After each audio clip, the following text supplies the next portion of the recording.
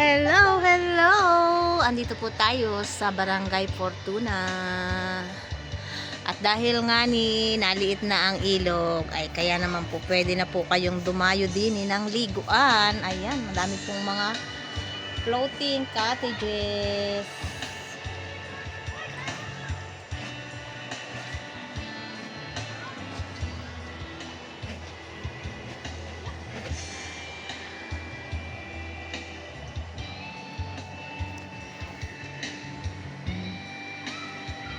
At ayan nga po pala, share ko sa inyo. Ayun po ang amin. Ayun. Yun ang bahay namin. Ayun ang aming bahay.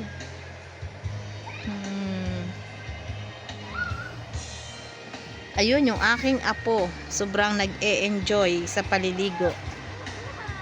Sana. Sana. Ayan, ayan, ayan.